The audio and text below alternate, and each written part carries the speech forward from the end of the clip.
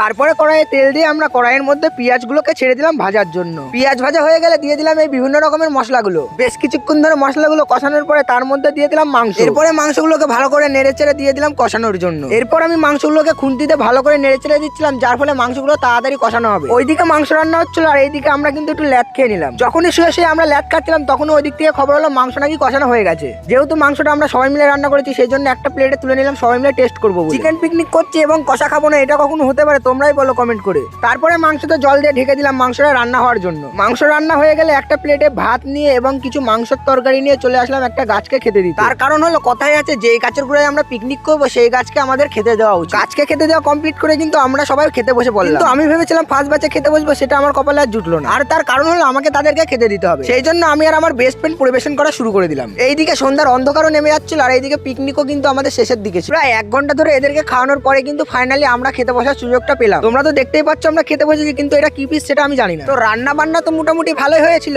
কিন্তু বেশি খেতে পাচ্ছিলাম না, কারণ বেলা হয়ে গেছিল, খিদেটাও অনেকটা মরে গেছিল। তারপরে কিন্তু এই বছরের প্রথম পিকনিকের শেষটা নতুন গুড়ের মিষ্টি দিয়ে আমরা শেষ করলাম। তোমরা কিন্তু কমেন্ট করবে তোমাদের পিকনিক করতে কেমন লাগে, আর সাবস্ক্রাইব করে কমেন্টে একটা করে চ্যালেঞ্জ দিয়ে যাও, সেটা আমি পূর্ণ করার চেষ্টা করব।